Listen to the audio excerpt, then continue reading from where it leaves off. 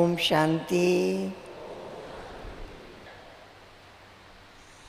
खुशियों से भर दी जिंदगी हमारी, आपकी बलिहारी बाबा, आपकी बलिहारी। हम बच्चे बाबा का शुक्रिया करते हैं। शुक्रिया बाबा, शुक्रिया बाबा, आपने खुश रहना सिखाया।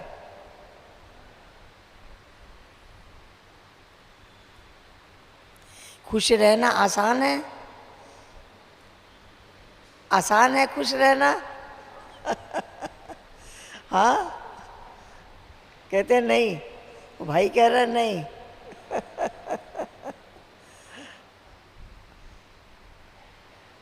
हमारे चारों तरफ ऐसा वातावरण है जो हमारे मन पसंद नहीं है, जो हम चाहते हैं वो नहीं होता है। ऐसा वातावरण है, वो खुशी गायब कर देता है।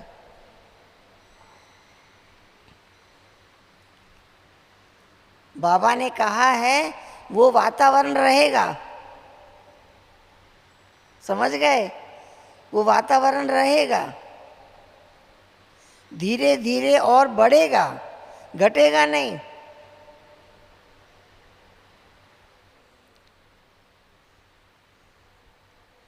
नाव चलाने वाले को पानी में ही नाव डालकर सिखाया जाता है ना? नाव कहाँ सीखेंगे? नाव चलाना पानी में ही सीखेंगे। ऐसे ही जो दुनिया आज दुख धाम है, पतित है, नरक है, कलियुगी है, हमारे चारों तरफ वही वातावरण है। जो भी आत्माएं हैं पुराने संस्कारों को लेकर आई हुई हैं, उनके बीच रहकर हम खुश रहते हैं। ईश्वरीय ज्ञान की शक्ति से हमारी खुशी का आधार ज्ञान। ज्ञान एक ऐसा अमृत है, हमारे मन में इसका चिंतन चलता रहे, चलता रहे, चलता रहे तो हम खुश रह सकते हैं।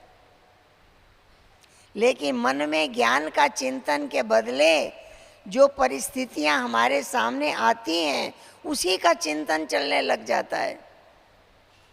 हम रोकना चाहते हैं, रुकता नहीं है। बाबा ने कहा ज्ञान का मनन चिंतन करो, विचार सागर मंथन करो।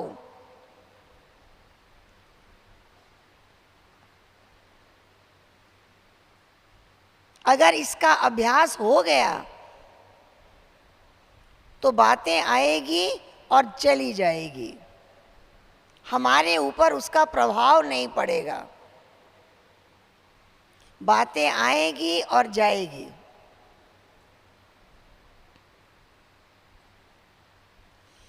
बातें आती हैं, हम उसको पकड़ लेते हैं, जाने नहीं देते, उसी के बार बार चिंतन करते हैं, बार बार चिंतन करते हैं, खुशी गायब हो जाती है। जिन बच्चों ने ज्ञान का मनन चिंतन किया उन्होंने बहुत सुख पाया, आनंद पाया, शक्ति पाई। बाबा ने गीत लिखा था, ज्ञान से है इस जग में आनंद निराला, ज्ञानी को होता है अनुभव सुख का। कैसी भी परिस्थिति आ जाए, वो कल्याणकारी बात का चिंतन करता है। इसमें भी कल्याण है, इसमें भी कल्याण है, इसमें भी कल्याण है। उसकी दृष्टि में मेरे लिए जो कुछ हो रहा है उसमें मेरा कल्याण भरा हुआ है। निश्चय है, क्योंकि हम बाबा के हैं। हमारे पास शुभ है संकल्प, श्रेष्ठ संकल्प है, कल्याणकारी है। जहाँ शुभ है, जहाँ श्रेष्ठ है, जहाँ कल्याणकारी है, वहाँ मन संतुष्ट है। अनुभव कहता है ज्ञान का मनन चिंतन निरंतर, हर बात में ज्ञान का चिंतन, हर बात में ज्ञान का चिंतन। बैठकर अपने आप को हम पढ़ाते हैं तो पावर आती है। जिसने ज्ञान का मनन चिंतन किया, कर्मों में ज्ञान युक्त कर्म किए, ज्ञानी तू आत्मा कहलाए। अचल अडोल स्थिर अवस्था बन गई तो ज्ञान हमें गुणवान बना देता है। ज्ञान का मनन चिंतन हमारे अंदर गुणों को जागृत करता है। खुश रहना गुण है, सुखी रहना गुण है, संतुष्ट रहना गुण है, निर्विघ्न रहना गुण है। ज्ञान की कमी से अभिमान आता है, अभिमान को चोट लगती है, उसका दिल टूट जाता है।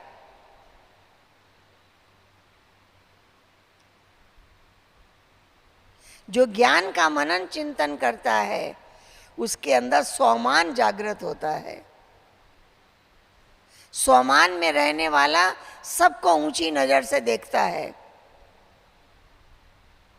उसको पता है इसमें भी कोई कल्याण भरा है, इस बात में भी कोई कल्याण भरा है। भक्ति मार्ग में भी लोगों को ऐसे अनुभव होते रहे हैं कि उन्हें लगता है कि हम जो परमात्मा पर निश्चय रखते हैं, हम जो परमात्मा पर विश्वास रखते हैं, विश्वास काम करता है। हमने एक अनुभव सुना, एक डॉक्टर थे, कैंसर स्पेशलिस्ट थे। उन्होंने बहुत रिसर्च की थी। उन्हें किसी ने अवार्ड देने के लिए निमंत्रण दिया। वो बहुत खुश थे। फ्लाइट से गए। 2 घंटा फ्लाइट चलने के बाद फ्लाइट में कुछ खराबी आ गई, उसे उतार दिया गया। जब फ्लाइट नीचे उतरा, उन्होंने पूछा जहाँ उन्हें जाना है वहाँ पहुँचने के लिए और क्या उपाय है। तो उन्हें बताया कि आप कार से जा सकते हैं। उन्होंने टैक्सी की खोज की। टैक्सी तो मिल गई, ड्राइवर नहीं मिला। उन्होंने कहा मैं खुद ड्राइव कर लूँगा।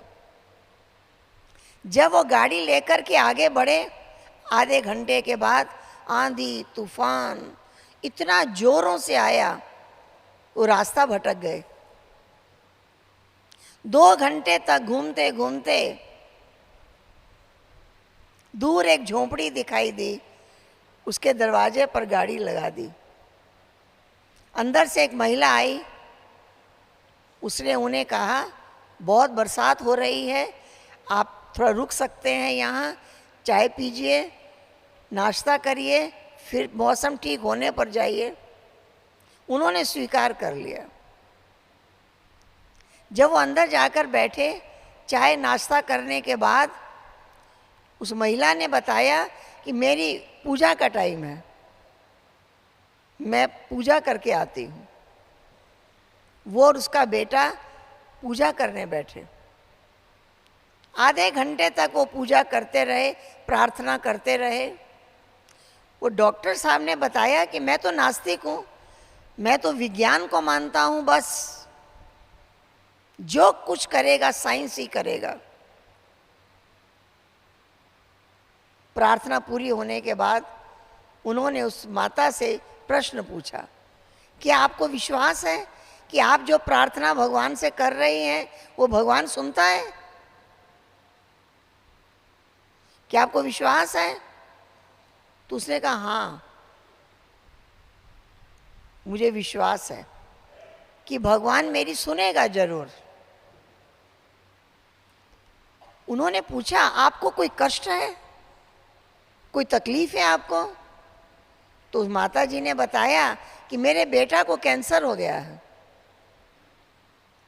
इसका डॉक्टर इसका इलाज डॉक्टर मार्क के पास है, और वो डॉक्टर मार्क ही थे। मैं वहां तक पहुंचने के लिए मेरे पास पैसा नहीं है, इलाज के लिए पैसा नहीं है, मैं केवल प्रार्थना कर सकती हूं। ये सुनकर डॉक्टर मार्क की आंखों से आंसू बहने लगे। उन्हें लगा इसकी प्रार्थना का जवाब देने के लिए फ्लाइट खराब हुआ। मैंने जब गाड़ी लिया तो ड्राइवर नहीं मिला, अगर ड्राइवर होता तो रास्ता नहीं भटकते। फिर आगे बढ़ा तो आंधी तूफान ने घेर कर मुझे इस दरवाजे पर लाया। कोई लाया है, मैं अपने आप यहां नहीं आया। भक्ति मार्ग में भी इतना विश्वास भक्तों को रहा है कि हम जो प्रार्थना कर रहे हैं, हम जो अपनी बात कह रहे हैं, अवश्य पूरी होगी। और हम सभी बच्चों को, हम तो प्रार्थना ही नहीं करते। हमने तो बाबा से आज तक कुछ मांगा ही नहीं, राइट है? हमने कभी प्रार्थना नहीं की, हमने कभी मांगा नहीं। हमें बाबा ने कहा बच्चे मैं तुम्हें वर्षा देने आया हूं। वर्षा माना तुम्हारा जन्म सिद्ध अधिकार, तुम्हारा बर्थ राइट है। हम तो थोड़ी सी शांति चाहते थे, थोड़ी सुख सुविधा चाहते थे। बाबा तो हमको सत्युग का राजा महाराजा बनाने आया। एक जन्म के लिए नहीं, 21 जन्मों के लिए अखुट भंडार भरने के लिए आया। हम मांगते भी तो क्या मांगते, थोड़ा सा मांगते।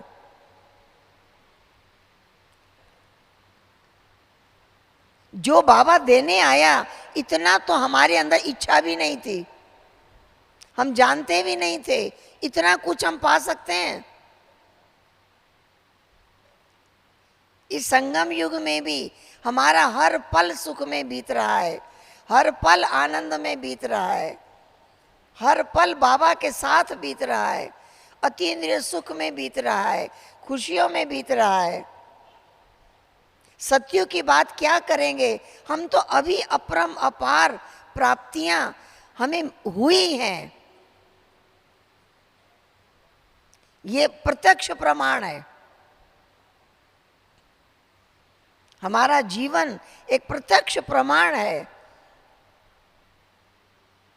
सिर्फ बाबा कहते मेरे सामने बैठो।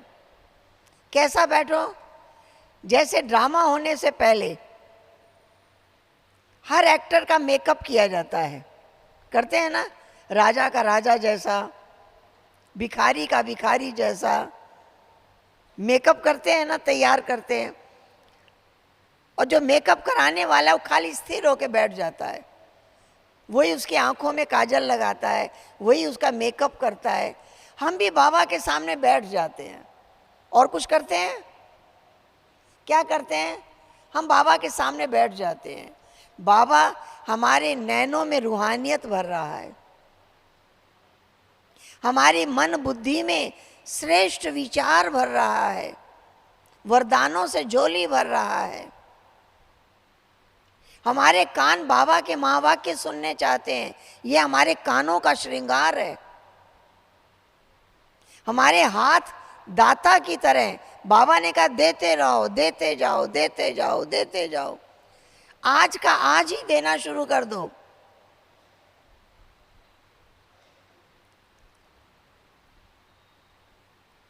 मेरे से एक भाई ने पूछा नया नया क्लास किया था। उसने पूछा कि बाबा को भोग लगाने का तरीका क्या है। तो मैंने कहा जब भोजन बन जाए तो बाबा को याद करो, उनके अर्पण करो। फिर उसने कहा उसमें बाबा को क्या फायदा है। मैंने कहा ऐसा तो हमने सोचा ही नहीं, आपको तो फायदा जरूर होगा। बोला नहीं, बाबा को भी फायदा होना चाहिए। उसके कहने पर मैंने उसे एक राय दिया। मैंने कहा आपके परिवार में 5 मेंबर हैं, तो आप समझ लीजिए पहला बाबा, 5 हम, 6। तो एक व्यक्ति के भोजन में रोज आना जितना खर्च होता है, 3 टाइम भोजन करते हैं, 3 टाइम में जितना खर्चा होता है इतना रोज बाबा का हिस्सा निकाल दो। ठीक है, रोज निकालो। पूरा सप्ताह, गुरुवार को भोग लगता है लेकिन पूरा सप्ताह भोग लगता है। सेंटरों पर भोग लगता है ना, सुबह, दोपहर, शाम। वो जो हम रोज निकालेंगे वो बाबा अपने आवश्यक कार्यों में लगाएंगे, तो हमारी उन्नति होगी। मुझे याद है जब पहला पहला सेंटर दिल्ली में खुला था, दादी ने बाबा से आके पूछा, बाबा आप तो कहते हैं किसी से मांगो नहीं, अब मकान का किराया कैसे देंगे। निश्चित है इतनी तारीख को किराया देना है, बिजली बिल देना है और काम करने हैं, रोज आना बाबा को भोग स्वीकार कराना है, कैसे होगा। बाबा ने क्या कहा, बाबा ने कहा बच्ची सबको कहो बाबा को भोग लगाओ। सभी बाबा को भोग लगाने का खर्चा रोज निकालें, उससे किराया भी दिया जाएगा, बिजली बिल भी दिया जाएगा, सेवा के और काम भी होंगे, बाबा के हर जरूरत के काम पूरे हो जाएंगे। आप एक ही बात कहो, क्या कहो, बाबा को भोग लगाओ। तन रोज सेवा में लगे, मन रोज सेवा में लगे, धन रोज सेवा में लगे। पहले बाबा पीछे मैं, पहले बाबा याद आए। बाबा ने कितनी सरल युक्तियां बताई हैं। सिर्फ बाबा को रोज भोग लगाएंगे, रोज बाबा को भोग लगाने का हिस्सा निकालेंगे। हाँ, आप सोच लीजिए एक दिन में कितना खर्चा है। ठीक है, रोज निकालेंगे, धन सफल होता रहेगा। कल की किसने देखा है। तो बाबा ने भाग्य बनाना सिखाया, तन से सेवा करो, तन निरोगी रहेगा। ये मेकअप करना है, नैनों में रूहानियत भरो, नैनों से गुण दर्शन करो, हरे के गुण देखो, मुख से गुण गाओ, अपनी भी महिमा करो। मैं कौन हूं, बहुत अपनी महिमा करो जो बाबा ने सुनाई है। मेरे जैसा भाग्यवान कोई नहीं, भगवान मिला है मुझे। आज बाबा को देखते हैं, बाबा में शिव बाबा दिखाई देता है। हमने देखा है बाबा कैसे भोग स्वीकार करते, कैसे बच्चों के साथ चलते, बच्चों को पढ़ाते, बच्चों को कर्म करके दिखाया, प्रैक्टिकल करके दिखाया। तो जब हम इस तरीके से ज्ञानवान बनकर हर कर्म करते हैं, ज्ञान का मनन चिंतन करते हैं, ज्ञान युक्त कर्म करते हैं, हमारे अंदर ज्ञान गुण में ट्रांसफर हो जाता है। सरलता, मधुरता, धैर्यता, दृढ़ता। कई कहते हैं हमसे सहन नहीं होता, कोई कुछ कह देता है हमसे सहन नहीं होता। सहन शक्ति बहुत बड़ी शक्ति है, सहना बहुत मुश्किल है। हम इसका जवाब देते हैं, हमने तो आज तक कुछ सहा ही नहीं। हमने सहन शक्ति का नाम बदल दिया। सहना नहीं है, समझ कर चलना है। हर व्यक्ति को समझ कर चलना है, हर बात को समझ कर चलना है। कोई व्यक्ति जोर से बोलता है, कोई धीमे बोलता है, कोई मीठा बोलता है, कोई तीखा बोलता है, उसके बोलने का स्टाइल वही है, उसका बोलना खराब नहीं लगेगा। कहते हैं ना, बात तो ठीक कही लेकिन गलत तरीके से कही, इनका तरीका ठीक नहीं था। तो तरीका भी अलग अलग होगा, सब एक्टर तो एक जैसे नहीं होंगे। हर व्यक्ति के पार्ट को समझना, हर व्यक्ति के पार्ट को साक्षी दृष्टा होकर देखना। हम समझ कर चलेंगे, हमको सहना ही नहीं पड़ेगा। अगर हम समझकर नहीं चलते तो लगता है कि हमें सहना पड़ता है। सहना पड़ता है तब लगता है जब सहन शक्ति नहीं है। अगर शक्ति है बोझ उठाने की तो लगेगा बोझ उठाया है। एक भारी सूटकेस उठाकर यहाँ से वहाँ पहुँचा देते हैं, शक्ति है, लगता ही नहीं है कि बोझ उठाया। तो जब हमारे में शक्ति है तो सहने की अनुभूति नहीं होती।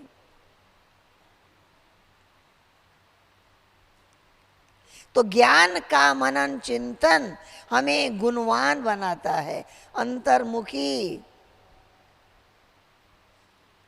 धैर्यता की शक्ति, धीरज कम चीज है। आज छोटी छोटी बातों में धीरज नहीं रहता।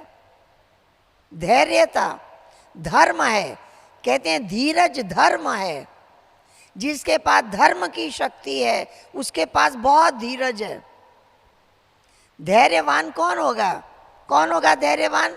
जिसके अंदर से एक आवाज आएगी, हो जाएगा, ठीक हो जाएगा, ठीक हो जाएगा, ठीक हो जाएगा, वही धीरज रखेगा। डॉक्टर कहता है ना, पेशेंट ठीक हो जाएगा, ठीक हो जाएगा, धीरज रखो, धीरज रखो। तो जो अच्छा होते नहीं देखेगा वो धीरज नहीं रख सकता। बाबा ने कहा शुभ देखो, कल्याणकारी देखो, श्रेष्ठ देखो। वो देखने से धैर्यता की शक्ति आ जाएगी।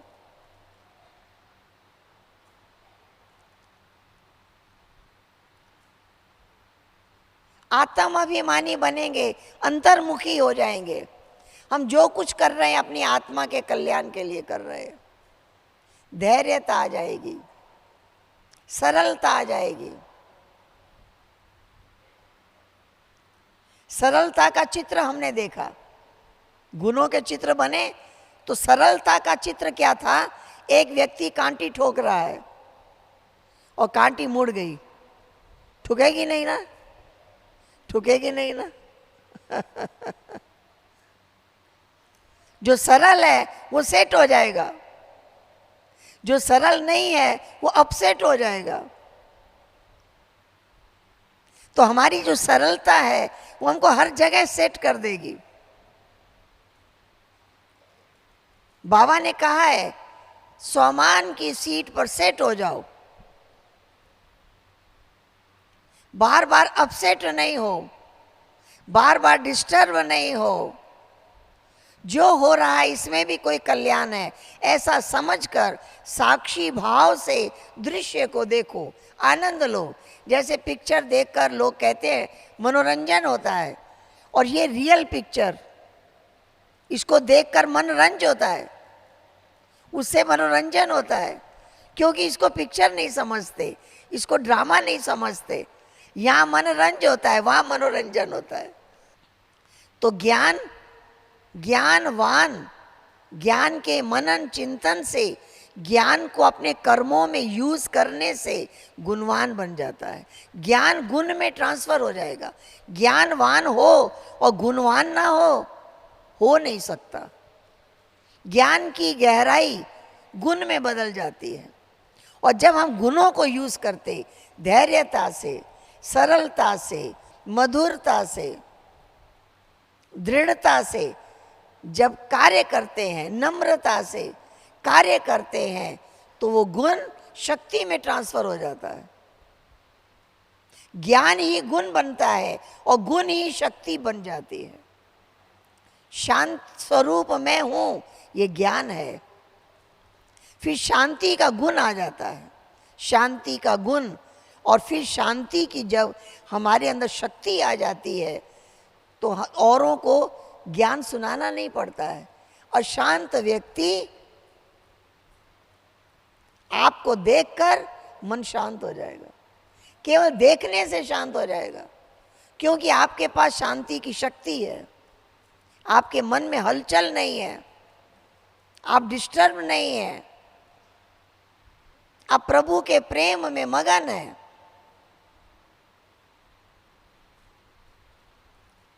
कई बार बाबा कहते थे हॉस्पिटल में जाओ, सब पेशेंट के पास चक्कर लगाओ।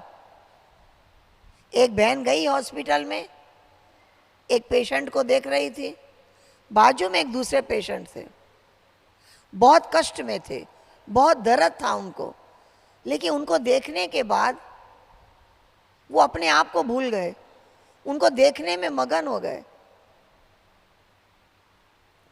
उनके जाने के बाद उन्होंने पूछा ये कौन थे? जैसे गोली खाने के बाद दर्द ठहर जाता है, कहा इनके आते ही मेरा दर्द कहाँ चला गया, मैं कहाँ हूँ, मैं कहाँ बैठी हूँ, सब कुछ मुझे भूल गया। इतनी देर मैं केवल इनको देख रही थी। तो जब हमारे पास शांति की शक्ति होगी तो अशांत व्यक्ति को शांति अपने आप मिल जाएगी, उसके तन को भी आराम मिलेगा, उसका मन भी शांत होगा, उसके अंदर धैर्यता आएगी, पावर आएगी।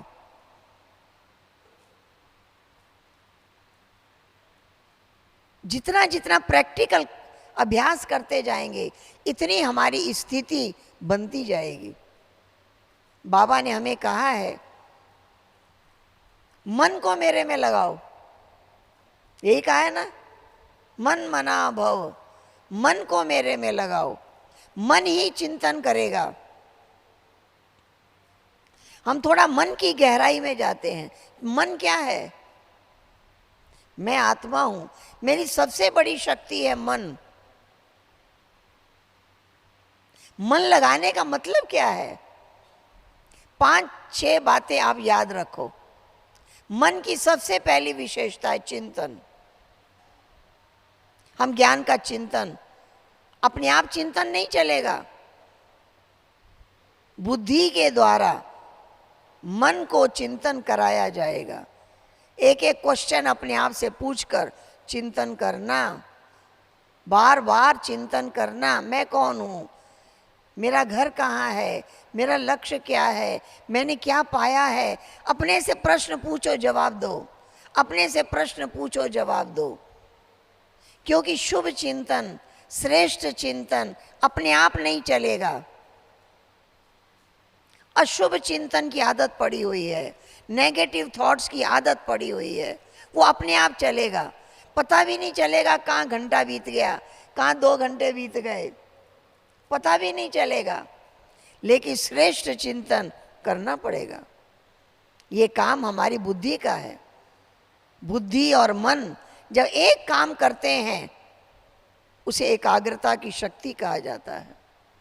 तो मन का काम है चिंतन करना। किस प्रकार का चिंतन करता है मन?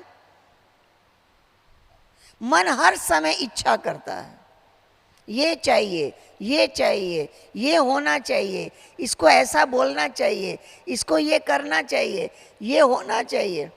हर टाइम मन इच्छा करता है, हर टाइम इच्छा करता है। हम जब मन को बाबा में लगाना चाहते हैं तो इच्छा को रोकेंगे नहीं।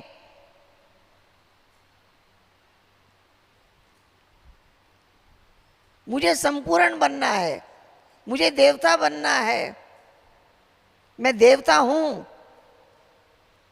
एक रस रहना है, मैं शांत स्वरूप हूं, मैं प्रेम स्वरूप हूं, मैं आनंद स्वरूप हूं, शक्ति स्वरूप, मुझे ऐसा ही रहना है। ये इच्छा नहीं है, इच्छा है ना, ये इच्छाएं हम जागृत करें। क्योंकि मन को आदत है इच्छा करने की। मैं हमेशा खुश रहूं, तो मैं खुश हूं, रहूं नहीं, मैं खुश हूं।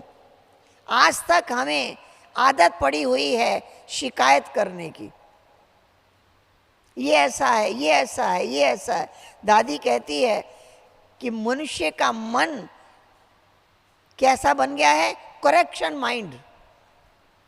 हर व्यक्ति की करेक्शन करता है, ऐसा इनको नहीं बोलना चाहिए, ऐसे नहीं खड़े होना चाहिए, ऐसे नहीं कहना चाहिए, ऐसे नहीं करना चाहिए। सारा दिन सुबह से रात तक करेक्शन ही करेक्शन करता रहता है।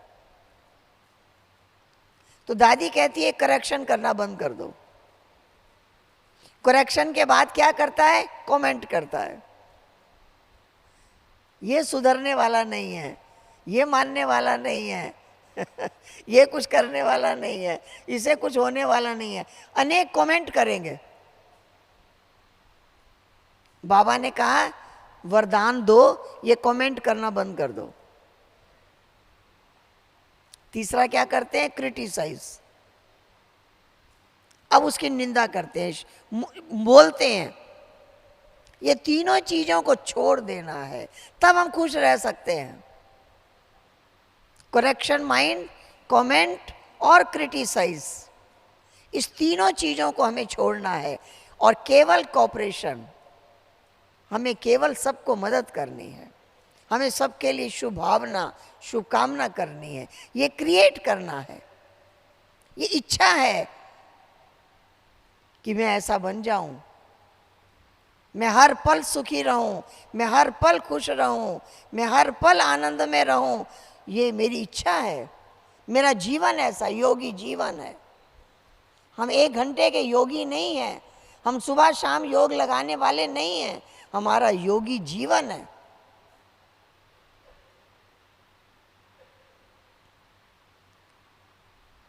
इच्छाओं को रोकना नहीं है, लेकिन शुभ, कल्याणकारी, श्रेष्ठ इच्छा ना कहकर हम इसको लक्ष्य कहते हैं। इस वर्तमान जीवन में जिन परिस्थितियों में हम रह रहे हैं, उसमें रहते हुए मुझे ऐसा बन के रहना है।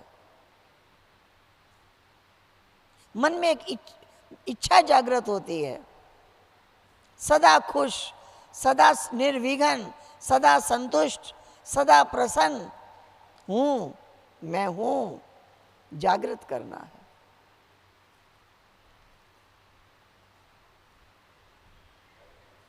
मन को आंख है, मन जिसको याद करता है उसको देखता है।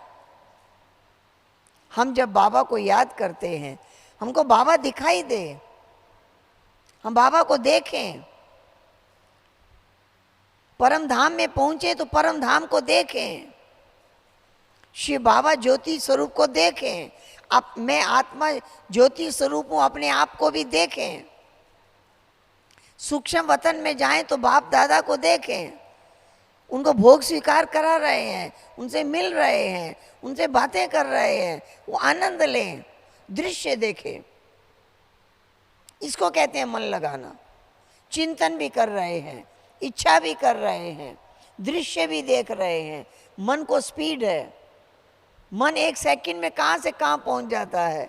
हमें महसूस हो शरीर यहाँ बैठा है, मैं सूक्ष्म वतन में हूँ, शरीर यहाँ बैठा है, मैं परम धाम में हूँ, हम वहाँ पहुँच गए हैं। योग का अर्थ है यात्रा। यात्रा माना जाना, शरीर को यहाँ बिठाकर जाना, परम धाम की यात्रा, सूक्ष्म वतन की यात्रा करके आना। आज की मुरली में भी बाबा ने कहा है, जो आत्म अभिमानी बनते हैं उनकी कर्म इंद्रियों पर जीत हो जाती है, कर्म इंद्रियां शीतल हो जाती हैं, उनको कर्म इंद्रियों को जीतना नहीं पड़ता है। मैं शरीर हूं ही नहीं, मैं आत्मा हूं। कर्म इंद्रियों से न्यारी हो जाती है आत्मा, ये कर्म इंद्रियां शांत शीतल हो जाती हैं। इसको जीतने की मेहनत नहीं करनी पड़ती, जो हठ योगियों को करनी पड़ती है, वो राजयोगियों को नहीं करनी पड़ती।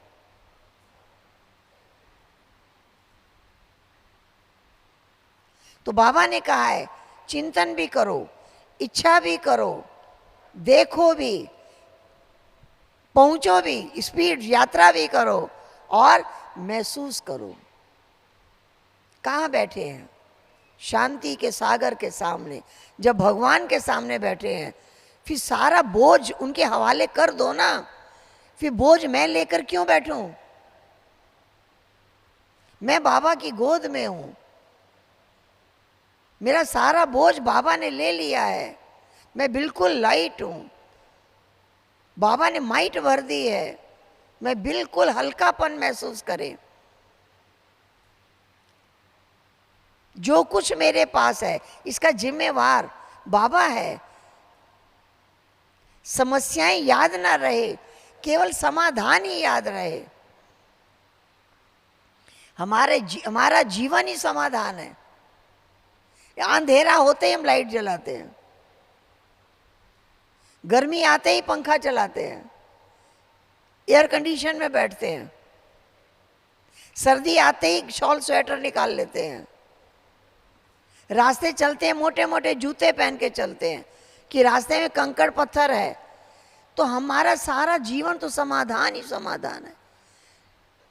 बरसात का टाइम है तो छाता लेकर निकलते हैं, सारी बातों का समाधान कर लेते हैं, लेकिन मन की शांति का समाधान नहीं करते।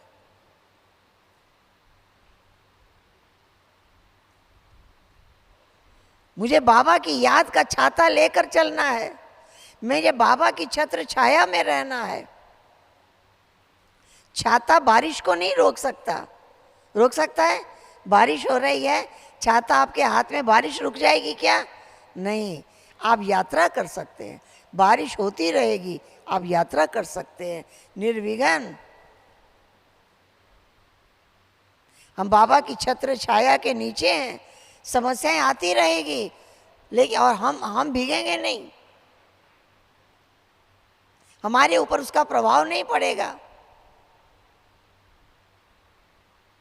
हम निर्विघ्न पार हो जाएंगे। सारा पुरुषार्थ हमारा सूक्ष्म है। हमें अपने आप से बातें करनी है, ज्ञान अपने आप को सुनाना है। ज्ञान मुझे है, मैं शांत स्वरूप हूं। अभी तक क्रोध नहीं जाता है, अभी तक बदले की भावना नहीं जाती है, अभी तक मूड ऑफ होना नहीं ठीक होता है। क्यों?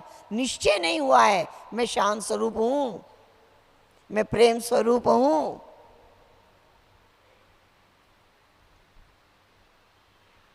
ये शरीर पंच तत्वों से बना है। पंच तत्वों का गुण आनंद नहीं है। है? किसी तत्व का गुण आनंद है? नहीं। आत्मा का गुण आनंद है। सनराइज होता है उसमें आनंद नहीं है, क्योंकि मैं आनंद स्वरूप हूं। सनराइज देख के आनंद आया, सनसेट देख के आनंद आया, सागर की लहरों को देखकर आनंद आया। लहरों में आनंद नहीं है। ठंडी हवा चल रही है, बड़ा आनंद आया। हवा में आनंद नहीं है, आनंद मेरे में है।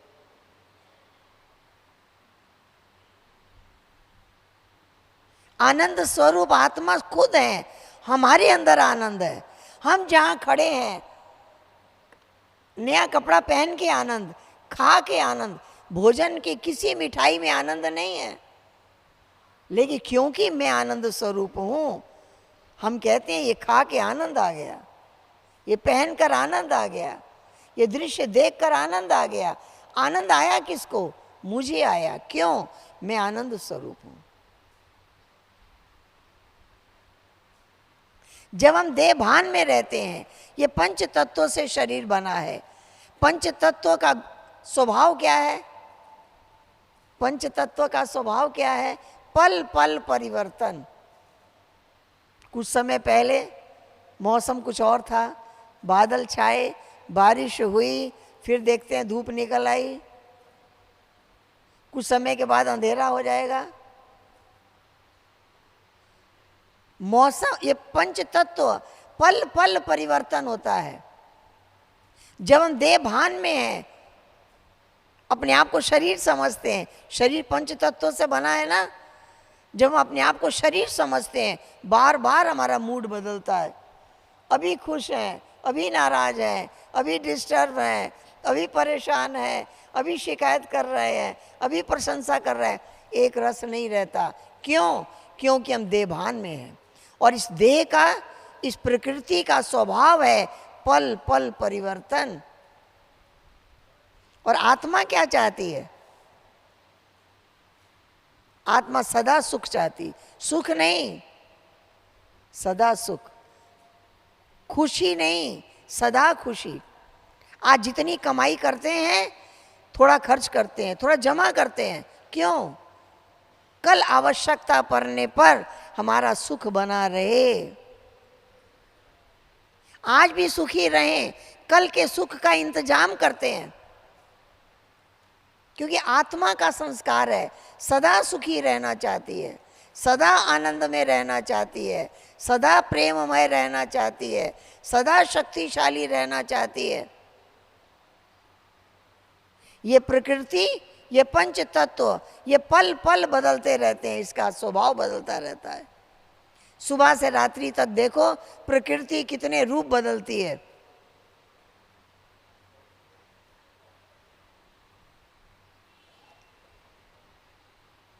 बाबा कहते जितना देह भान में रहेंगे, मूड एक जैसा नहीं रहेगा। आत्म अभिमानी रहेंगे, सदा पीसफुल रहेंगे, सदा खुश रहेंगे, सदा आनंद में रहेंगे, सदा प्रेम में रहेंगे, सबके साथ प्रेम रहेगा।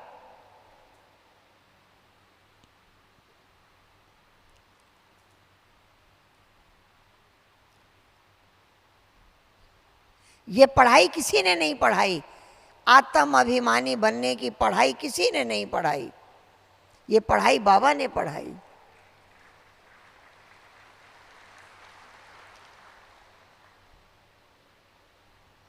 अभ्यास कराया, रोज याद कराया, रोज याद कराया, रोज याद कराया। हमें अपना परीक्षा लेनी है। अगर मैं ज्ञानवान हूं तो एक एक ज्ञान की पॉइंट गुण में ट्रांसफर हो जाए। सबसे पहला गुण है अंतर्मुखता। हमें रोज लिस्ट याद करनी है। रोज क्या क्या करना है? बाबा के सारे गुण याद करने हैं रोज।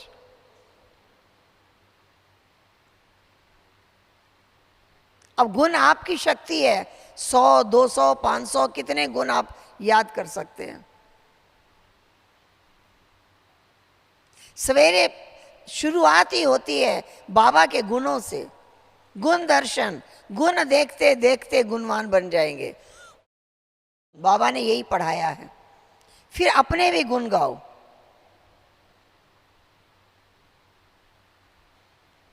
मैं देवता कुल की आत्मा हूं, श्रेष्ठ आत्मा हूं, महान आत्मा हूं, पवित्र आत्मा हूं, राजयोगी हूं। जितनी महिमा बाबा ने की है, सारी महिमा अपनी अपने आप को सुनाओ। ये भी एक ताकत है, ये भी एक नशा है। अपनी महिमा करो, इसको स्वमान कहते हैं, सेल्फ रिस्पेक्ट। उस सीट पर बैठ जाओ, बाबा की महिमा करो। तीसरा, जो हमारे आसपास हैं सबकी महिमा करो, बहुत अच्छे हैं, सबके गुण दिखाई दें। अलग अलग विशेषताएं हैं, अलग अलग गुण हैं। जब हर एक के गुण देखेंगे, मन शीतल रहेगा, आवेश नहीं आएगा, क्रोध नहीं आएगा, शीतल रहेगा, शांत रहेगा, नम्र रहेगा, सरल रहेगा, खुश रहेंगे, हर्षित मुख रहेंगे, हर्षित चित्त रहेंगे। तब देखने वाले कहेंगे, कैसी भी परिस्थिति आ जाए आपके चेहरे से खुशी नहीं जाती।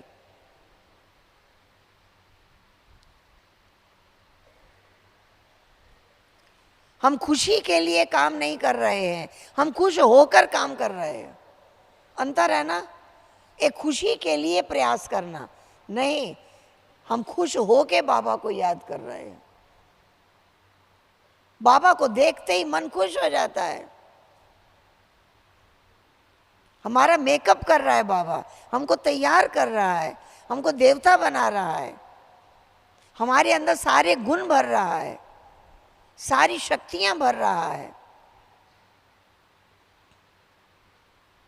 दादी 5 गुण सुनाती है। सबसे पहला पवित्रता, सबसे पहला गुण है पवित्रता।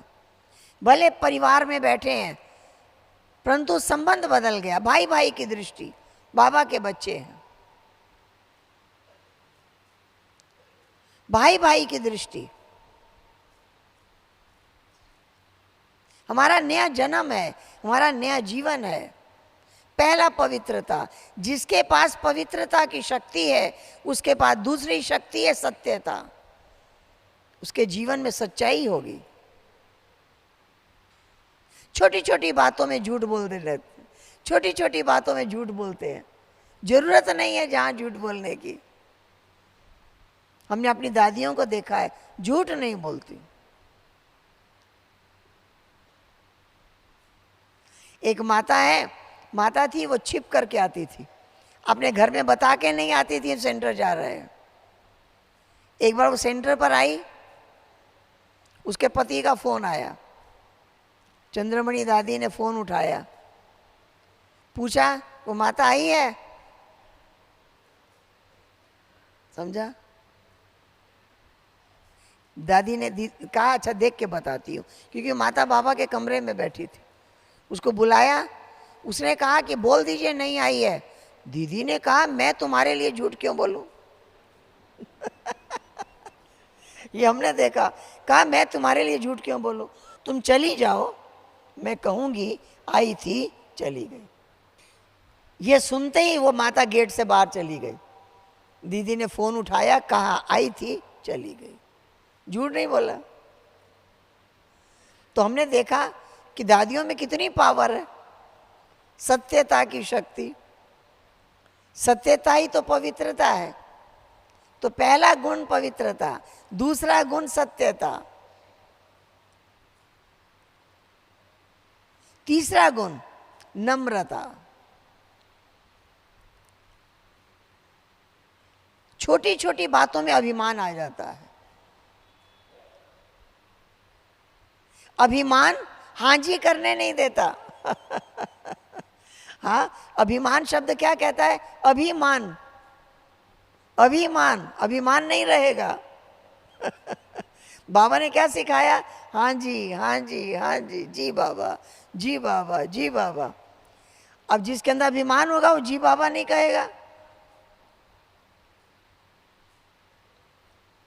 अभिमान कहता है, अभिमान, अभिमान नहीं रहेगा। हम बाबा के आज्ञाकारी बच्चे हैं। नम्रता, मधुरता, नम्रता, जरा भी अभिमान नहीं।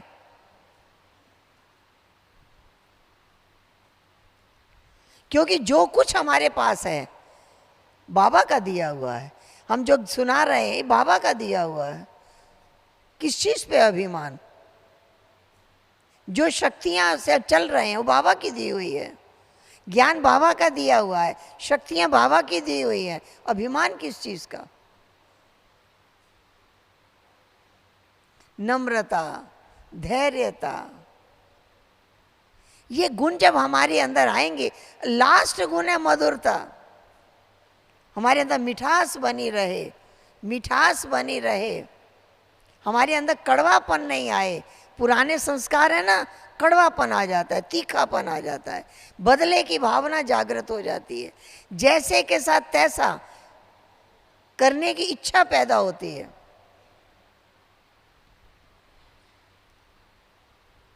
बाबा ने कहा दाता बन जाओ, लेना और देना नहीं है, देते जाओ, देते जाओ, देते जाओ, देते जाओ, केवल देते जाओ। जो देता ही रहता है, देता ही रहता है, वो देते देते देवता बन जाएगा। देवता कैसे बने? देते देते देवता बन गए। जो लेता और देता है उसको तो व्यापारी कहेंगे ना।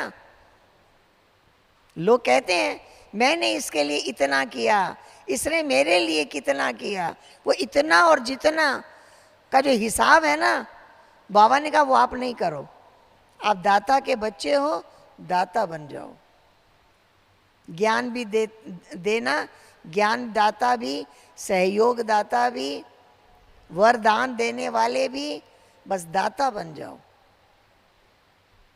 जो ऐसी शक्तियाँ हमारे अंदर आ जाएगी, जो ऐसी पावर हमारे अंदर आ जाएगी, रिजल्ट क्या होगा? क्या दिखाई देगा औरों को? कितना हमारे अंदर ज्ञान है, औरों को दिखाई देगा क्या? नहीं।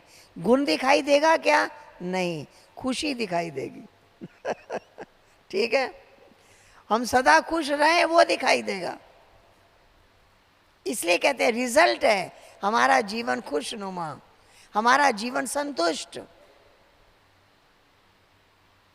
पहले हम शिकायत किया करते थे, इसकी शिकायत, उसकी शिकायत, उसकी शिकायत। अब क्या करते हैं?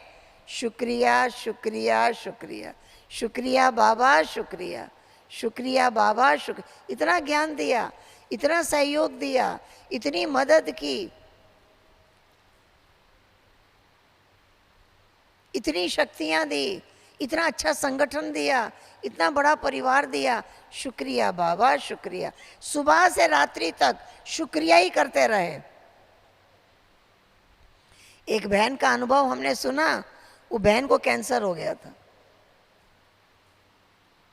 रिपोर्ट में आया कैंसर हो गया है। वो घर में आई और उसके मन में आया मुझे कुछ नहीं हुआ है, मन में विचार आया मुझे कुछ नहीं हुआ है। आपने ठीक कर दिया, आपका बहुत बहुत शुक्रिया। उसने कहना शुरू किया, आपने मुझे ठीक कर दिया, आपका बहुत बहुत शुक्रिया। अब सारा दिन यही करने लगी, आपने मुझे ठीक कर दिया, आपका बहुत बहुत शुक्रिया। चलते फिरते उठते बैठते यही करती रही, आपने ठीक कर दिया, आपका बहुत बहुत शुक्रिया। कोई दवा नहीं खाई, 2-3 महीने तक यही करती रही, रात दिन। आपने ठीक कर दिया, आपका बहुत बहुत शुक्रिया।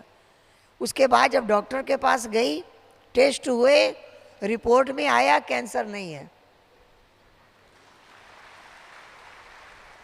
किसने ठीक किया? संकल्प शक्ति, शुक्रिया की शक्ति। आपने ठीक कर दिया, विश्वास, विश्वास। अब देखिए, किसी से पूछेंगे भाई क्या हाल चाल है, क्या कहेंगे? भाई ब्लड प्रेशर भी है, तो शुगर भी है, तो ये भी हो गया है, टांगें नहीं चलती हैं, कमर में दर्द है, ये हो रहा है, ये हो, कितनी बातें करें। अब क्या कहेंगे? क्या कहेंगे? बाबा आपने ठीक कर दिया, आपका बहुत बहुत शुक्रिया। यही कहेंगे? कहेंगे? हाथ उठाइए। तन तंदुरुस्त, ठीक है, बाबा आपने ठीक कर दिया। ठीक कर दो नहीं, क्या सुना? मेरी ये बीमारी ठीक कर दो, मेरी ये तकलीफ ठीक कर दो, नहीं, ठीक कर दो नहीं, आपने ठीक कर दिया, आपका बहुत बहुत शुक्रिया। बाबा आदत पड़ जाए, आदत पड़ जाए क्या कहने की? शुक्रिया शुक्रिया शुक्रिया। पहले क्या करते थे? शिकायत शिकायत शिकायत। अब क्या करते हैं? शुक्रिया शुक्रिया शुक्रिया। ऐसे शुक्रिया शुक्रिया करते रहेंगे, तन के रोग गायब हो जाएंगे, मिट जाएंगे, कोई बीमारी नहीं रहेगी। हम आपको बताएं, जब हम पहली बार मधुबन में आए, पांडव कोटा हाउस में, हम देखते थे सबको भोजन मिलता है, पानी का ग्लास नहीं मिलता है। यहाँ मिलता है? यहाँ पानी मिलता है क्या ग्लास भोजन के टाइम? यज्ञ का पुराना सिस्टम है, भोजन मिलता है, पानी का ग्लास नहीं मिलता है। हमने किसी दादी से पूछा कि घरों में तो पहले पानी बाद में भोजन, तो दादी ने कहा बाबा कहते हैं भोजन करके पानी नहीं पीना। तो 14 वर्ष यज्ञ में हाँ कोई डॉक्टर नहीं आया, सब स्वस्थ रहे, क्योंकि जब हम भोजन करते हैं पेट में अग्नि पैदा होती है, पानी पीते हैं तो भोजन पचता नहीं है, वो अग्नि बुझ जाती है। स्वस्थ रहना है, यही एक संकल्प कर ले, भोजन के 1-1.5 घंटे के बाद पानी पीना है। इस एक नियम ने इतने बच्चों को स्वस्थ बना दिया। आज भी पुरानी दादियाँ, यज्ञ की पुरानी दादियाँ आज भी भोजन के साथ पानी नहीं पीती, पीती ही नहीं है, 1-1.5 घंटे के बाद पानी पिएगी। तो बाबा ने तन को भी तंदुरुस्त रखा है, रखने का तरीका सिखा दिया है, मन को सदा खुश रहना सिखा दिया, ठीक है ना। और धन की कमी नहीं, जितना यज्ञ सेवा करो, जितना यज्ञ सेवा करो उतना कहाँ कहाँ से आके भंडारा भर जाएगा। ये भी एक बड़ा अनुभव है, कई बच्चों का ये भी अनुभव है, जितना यज्ञ में डालते जा रहे हैं उतना भंडारा भरता जा रहा है, उतना हमारा बिजनेस बढ़ता जा रहा है। बरकत, उस धन में बरकत, क्योंकि वेस्ट नहीं जाता, व्यर्थ नहीं जाता, ठीक है। ठीक है। ओम शांति, ओम शांति, ओम शांति। चलिए बाबा के पास यात्रा करेंगे ना, तन यहाँ मैं वहाँ, बहुत प्यार से मिलना है बाबा से। वतन में जाकर के मिलो, बाबा से मिलो, वतन में देखो बाबा को, बाबा बाएं पसारे खड़े, आओ बच्चे, आओ बच्चे। इतना बाबा प्यार कर रहा है, बच्चों को शक्तियाँ दे रहा है, ठीक है। ओम शांति।